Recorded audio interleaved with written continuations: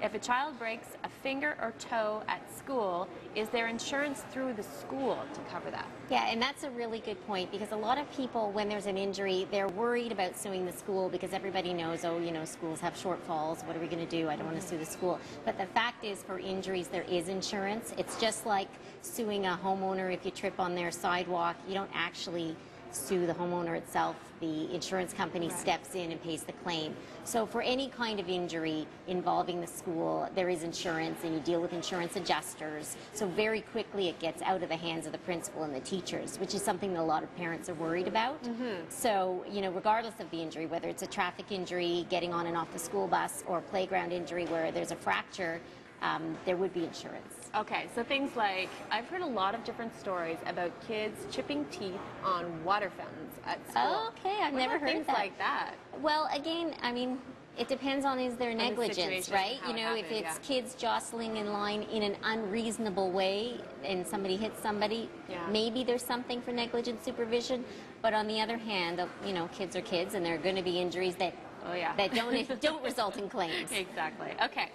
So thank you to Joan for sending that one in to us on Facebook. Our next one is coming in from Kim, and it says, my child has a volunteer placement to acquire his 40 hours of community service to complete high school. How are they covered in case of injury in that situation? Oh, when they're outside of school. Yeah, and that is a really good question, and it's a case-by-case question. You're going to have to ask the school and the place where the placement's being done, but you absolutely want to make sure there is insurance. So speak to the teacher who's in charge of the community service obligation at your school and find out what the particulars are.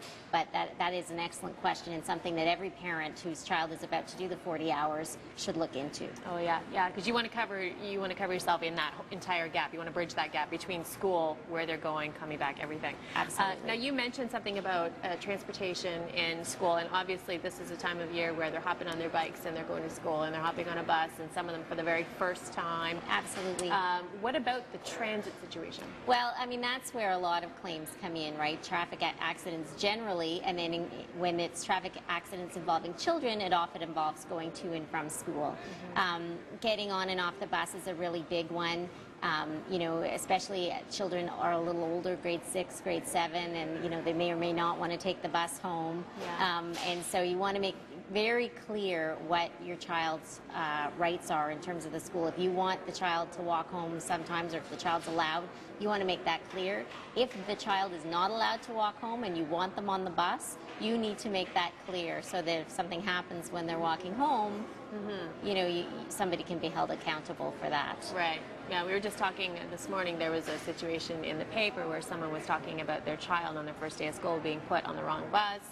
On the way home, they couldn't find the child. They're scrambling around between school bus, transportation company, trying to find a child that was misplaced on a bus somewhere. Yeah, that's unfortunate. Happily, the child was unharmed.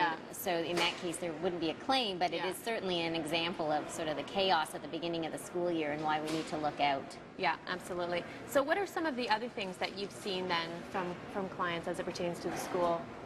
Falling off play structures is a really big one, and often the issue there is either a child is too small to be on the particular play structure. It's designed for older kids, and they're allowing smaller kids on it, or the padding under the play structure isn't adequate.